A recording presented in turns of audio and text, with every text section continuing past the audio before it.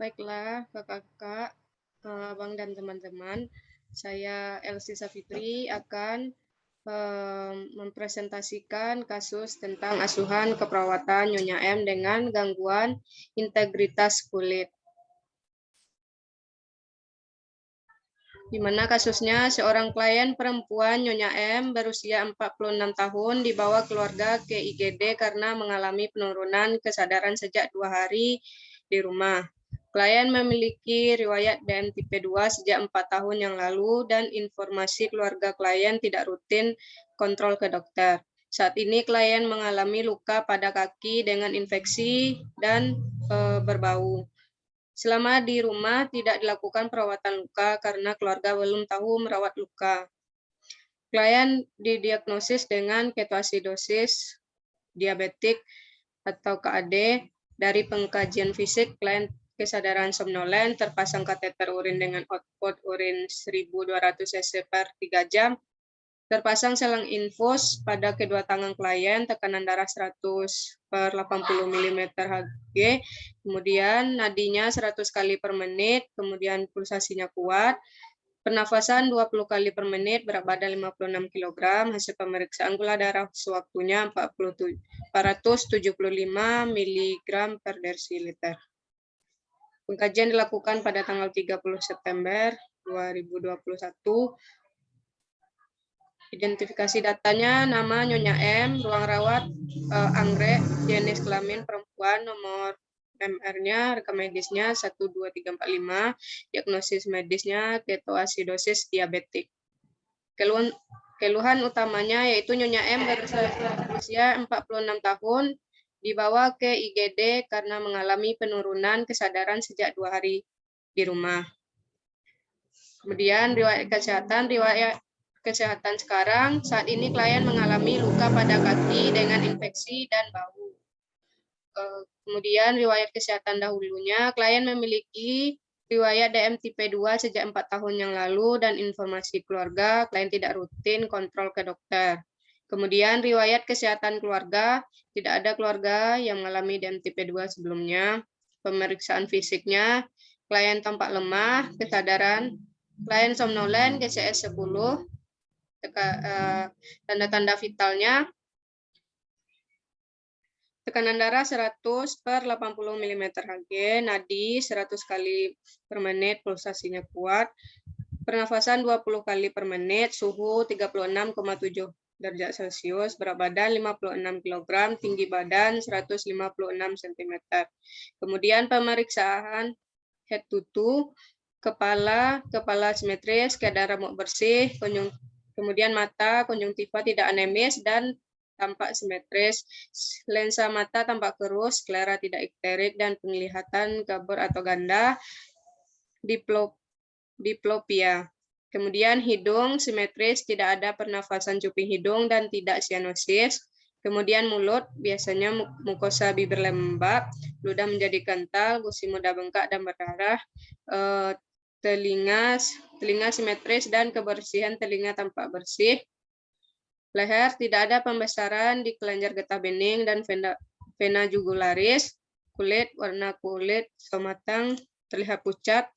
Kemudian dada, inspeksi, bentuk dada pectus carinum, simetris kanan kiri, tidak ada dyspnoe, tidak ada retraksi otot dada, transversal, banding anteroposterior 2:2, pernafasan dada. Kemudian palpasi, ekspansi dada simetris. Kemudian perkusi, interkosta kanan 1-5 resonan, interkosta 6 redup, sebelah kiri, interkosta 1-4 resonan, interkosta 5 dan 6 redup. Kemudian auskultasi, suara nafas vesikuler, auskultasi jantung S1 dan S2 tunggal reguler, tidak ada murmur dan tidak ada bruit. Kemudian abdomen, inspeksi tidak ada jaundice, warna kulit sama dengan warna sekitar, perut tidak membesar, vena tidak membesar. Kemudian auskultasi peristaltik usus terdengar 15 kali per menit. Kemudian perkusi pada kuadran kanan atas terdengar timpani, pada kuadran kiri terdengar redup, kuadran kiri bawah dan kanan bawah juga terdengar timpani. Kemudian palpasi, tidak ada nyeri tekan, punggung simetris, tidak terdapat nyeri tekan dan tulang punggung normal. Kemudian genitalia, jenis kelamin perempuan, tidak terdapat udem, tidak ada gangguan. Kemudian anus, tidak ada benjolan yang mencurigakan. Kemudian ekstremitas atas akral teraba dingin, CRT besar dari 3 detik, terpasang info 8 jam per kolof di kedua belah tangan. Kemudian ekstremitas bawah, akral teraba dingin, CRT besar dari 3 detik, tanpa ada edema pada kaki sebelah kiri, tanpa ada luka ulkus diabetikum pada kaki sebelah kiri. Tampak kulit di sekitar luka berwarna kemerahan, lebar ulkus 5 cm dengan kedalaman 1,2 cm. Kondisi luka tampak kemerahan di sekitar luka dan keluar cairan pus pada luka serta berbau. Kemudian pengkajian lukanya dengan menggunakan measure, di mana measurenya panjangnya 7 cm, lebarnya 5 cm, dan kedalamannya 1,2 cm. Kemudian eksudat, jumlah dan kualitas eksudat dan bau. Jumlah eksudat sedang yaitu 20%, kualitas eksudat purulen atau cairan infeksi pus atau nanah seperti susu berwarna kuning. Kemudian bau eksudatnya positif. Kemudian appearance-nya, dasar luka dan jenis jaringan. Dasar luka granulasi slow. Jenis jaringan epidermis dan dermis berada pada stadium 3. Kemudian suffering, nyeri tidak dapat dikaji karena klien masih dalam keadaan somnolen. Kemudian undermining atau goa terlihat dengan ukuran dari arah jarum jam 12 sampai jam 2. Reevaluasi luka dikaji secara teratur, tapi luka tidak teratur, kulit terdapat warna kemerahan dan udem. Pemeriksaan penunjang, pemeriksaan laboratorium yang digunakan adalah pemeriksaan darah. Pemeriksaan darah meliputi gula darah sewaktunya besar dari 200 mg per desiliter. Kemudian 475 mg per desiliter. Gula darah puasanya besar dari 120 mg per desiliter, di mana 180 mg per desiliter. Dan 2 jam postprandialnya besar dari 200 mg per desiliter, di mana hasilnya yaitu 250 mg per desiliter. Kemudian urin. Pemeriksaan didapatkan adanya glukosa dalam urin.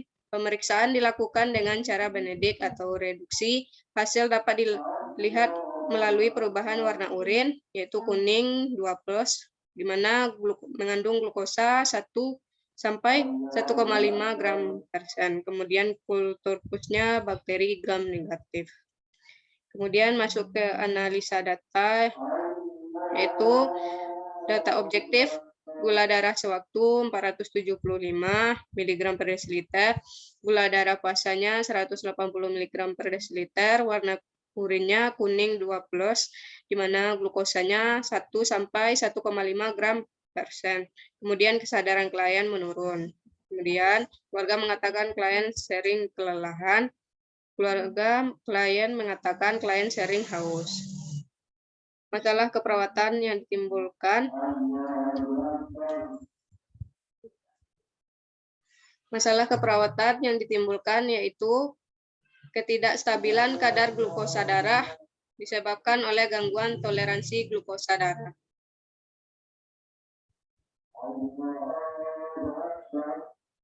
Kemudian data objektif. Masalah selanjutnya, data objektifnya kerusakan pada jaringan, tampak luka, lokasinya bagian ekstremitas kaki kiri, stadium 3, yaitu epidermis dan dermis, warna lukanya kemerahan dan kuning, ukuran lukanya panjangnya 7 cm, lebar 5 cm, dan kedalaman 1,2 cm.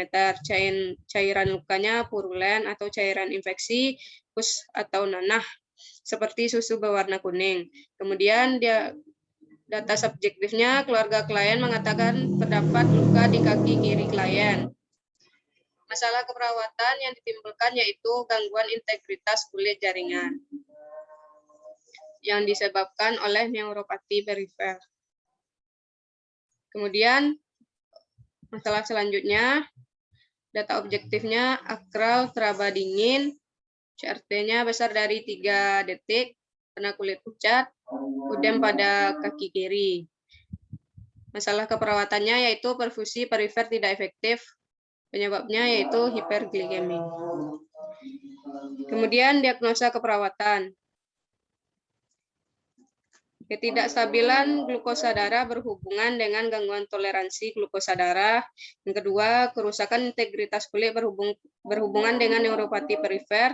Yang ketiga, perfusi perifer tidak efektif berhubungan dengan hiperglikemi. Kemudian diagnosanya untuk rencana keperawatannya yaitu untuk diagnosa pertama, ketidakstabilan kadar glukosa darah.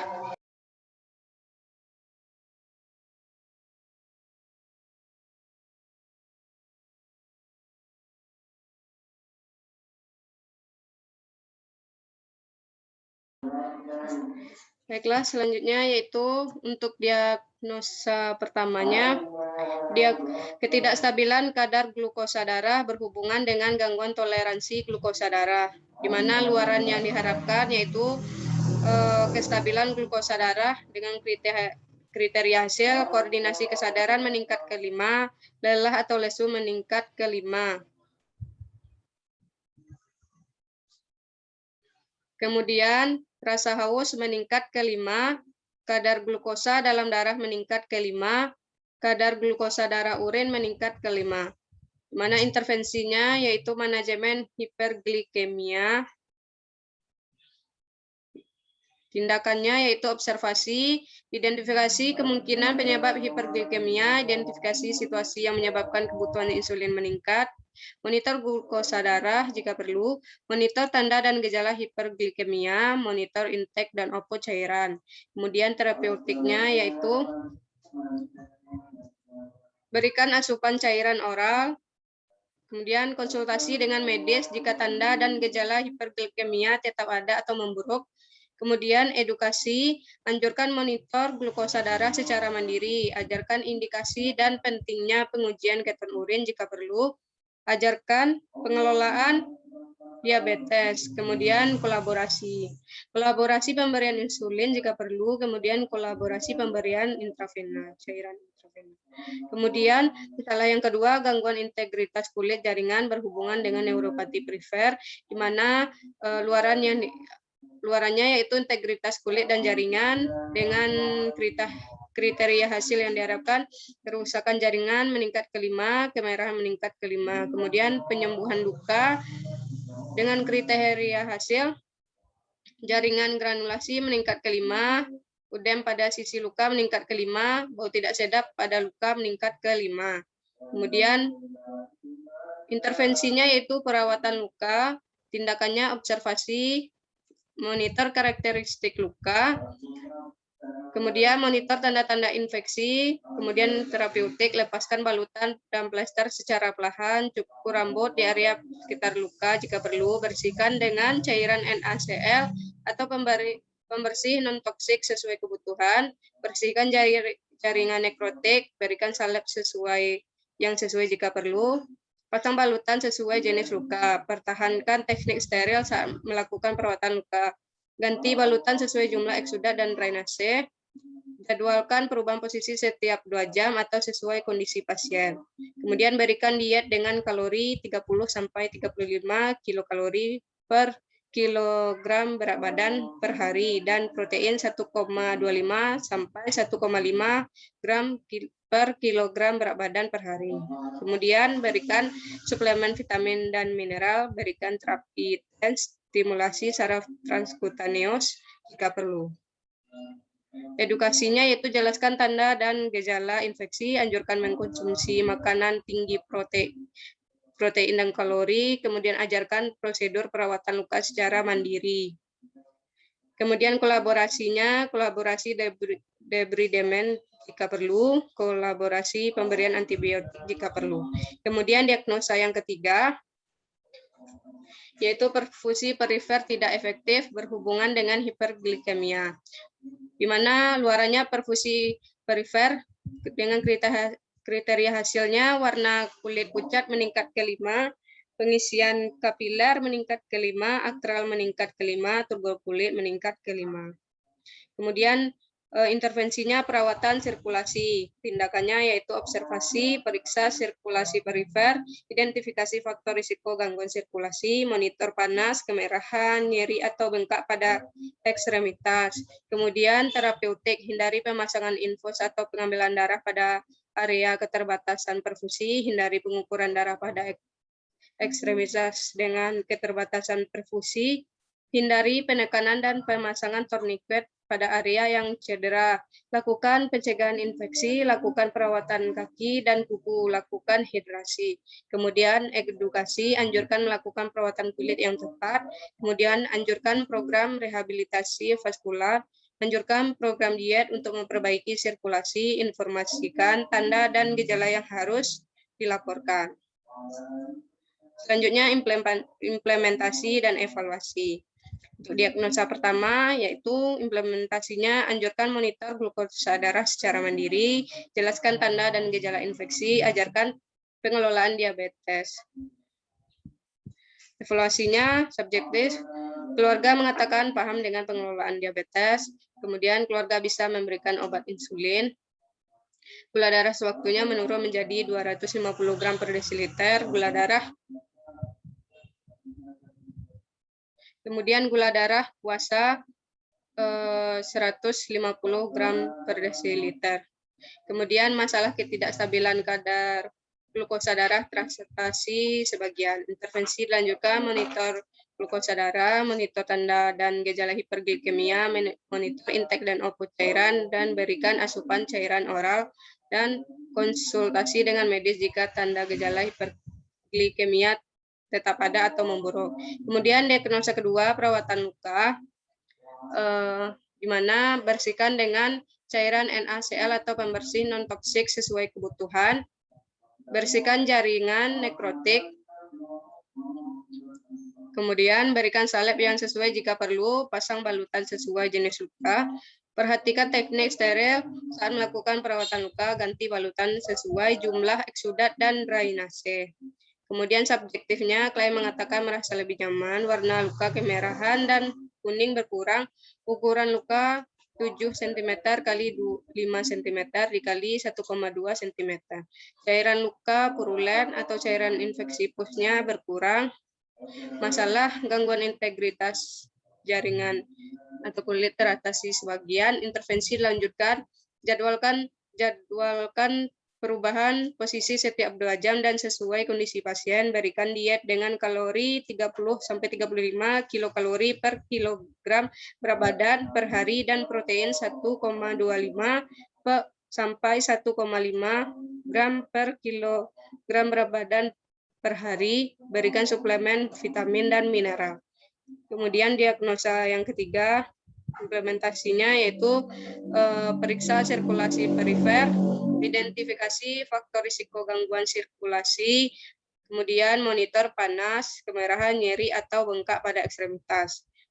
Subjektifnya, keluarga klien mengatakan memiliki riwayat DM tipe 2 sejak 4 tahun yang lalu, kaki masih terdapat udem di sekitar luka, CRT-nya 3 detik, masalah perfusi perifer tidak efektif teratasi sebagian, intervensi dilanjutkan dengan anjurkan program diet untuk memperbaiki sirkulasi dan informasikan tanda dan gejala darurat yang harus dilaporkan. Baiklah, sekian presentasi dari saya. Apakah dari kakak-kakak dan teman-teman adakah yang ingin menanyakan?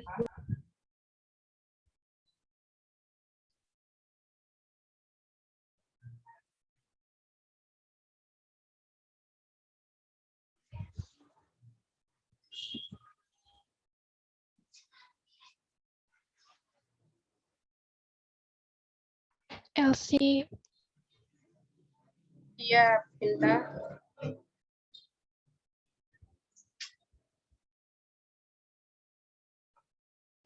Elsie, aku mau nanya, pada saat pengkajian itu pasiennya ditemukan penurunan kesadaran.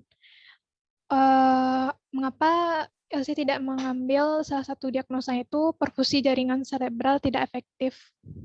Elsie. Baik, Pintar. Terima kasih untuk pertanyaannya. Pada saat pengkajian, memang pasiennya mengalami penurunan kesadaran. Namun secara data-data yang ditemukan, penurunan kesadaran pasien itu terjadi karena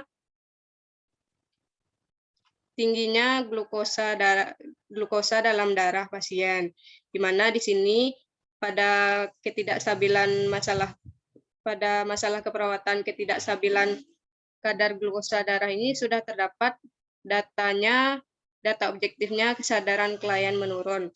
Nah, Elsie kira kesadaran klien menurun itu bisa dimasukkan ke masalah keperawatan ketidakstabilan kadar glukosa darah, karena kesadaran kliennya disebabkan oleh gangguan toleransi glukosa darahnya, karena glukosa darahnya itu meningkat, Pinta. Oke, terima kasih. Iya, Pinta, sama-sama. Untuk kakak-kakak, abang dan teman-teman yang lain, apakah ada yang ingin menanyakan atau memberi tanggapan?